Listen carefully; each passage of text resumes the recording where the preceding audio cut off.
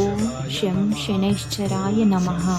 రేపు అనగా 16/5/2026 శనివారం అమావాస్య రోజున శని జయంతి రావడం జరిగింది.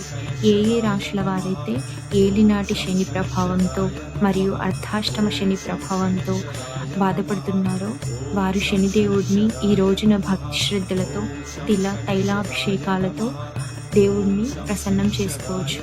మరియు ఈ శని దోషాల ప్రభావం వల్ల ఆర్థిక సమస్యలు, మానసిక ఒత్తిడి, ఉద్యోగ సమస్యలు, కుటుంబ కలహాలు మొదలగు వాటిని తొలగింపజేసుకొని ఉపశమనాన్ని పొందవచ్చు.